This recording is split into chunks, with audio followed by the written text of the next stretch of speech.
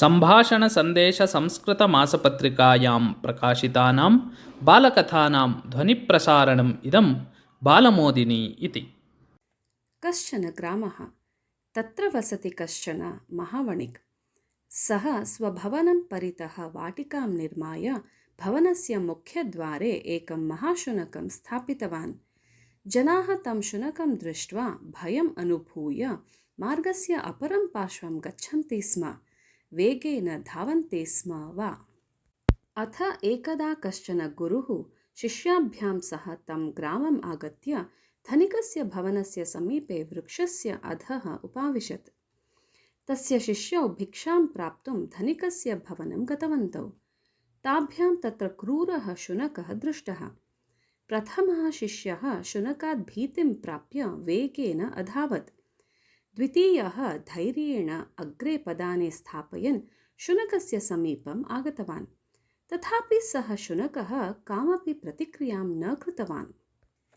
तदा सः शिष्यः ज्ञातवान् यत् एषः शुनकः सजीवः न, शिलानिर्मितशिल्परूपः इति। सः अन्यं शिष्यम् आहूय अवदत्, भोः आगच्छ, एषः शुनकः कृत्रिमः, अतः एषः दंशनं भषणं वा न करोति इति।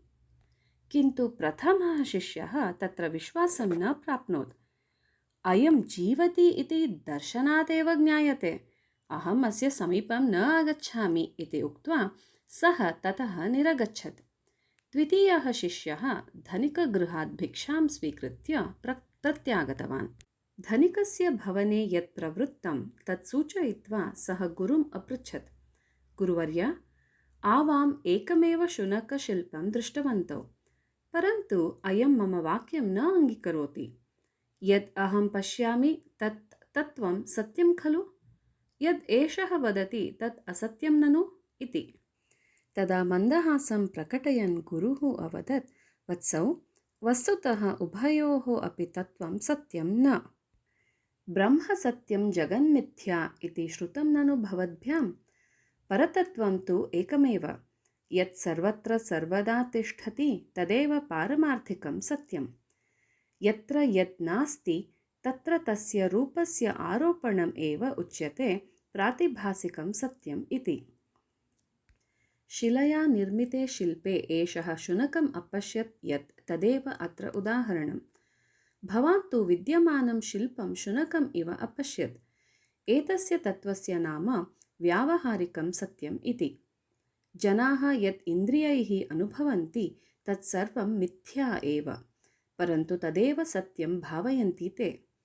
यः ब्रह्मज्ञानं प्राप्तवान् सः शुनकं शिल्पं वा न, अपि तु सर्वं परब्रह्ममयं पश्यति।